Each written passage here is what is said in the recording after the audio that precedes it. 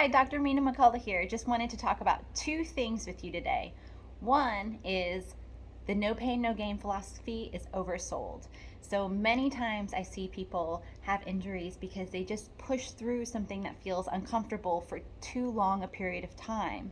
Now, traditionally, when we were younger or we were in athletics, coaches told us just push through, go harder, go harder. And yes, that is true when it's a muscular burn, but if it's any type of joint pain, any type of weird, uncomfortable feeling that your gut instinct is telling you is wrong, it probably is. And it's not best to just push through.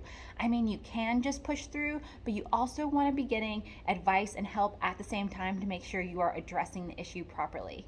And number two is without injury prevention, we don't have performance. And as we all know, we spend a lot of time, practice, and lessons making our dance as lovely and beautiful as we want it to be. But if we find ourselves injured, at the end of the day, we can't perform or compete to our best ability or at all. So, injury prevention plus training equals performance, and injury prevention is within that equation. So, we can't forget it. One quick story about me is before my last competition, where we won at Millennium in the amateur division, senior one, me and my amateur partner, Michael Doak.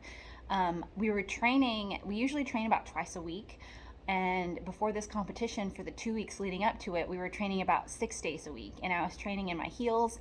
And about 2 days before the comp, my knee started to hurt. And I couldn't actually even walk in my heels without my knee feeling uncomfortable.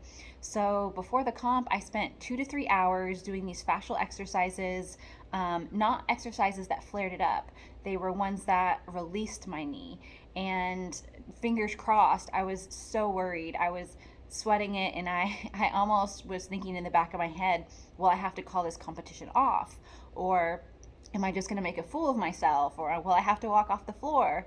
So luckily I prepped myself really well, and I haven't had pain during the competition, and I haven't had pain since. So obviously I continued to do these things, but just goes to show you, especially if you're training for a hard event and you're training long hours in heels, that things pop up. So just address them as soon as you can and nip it in the butt.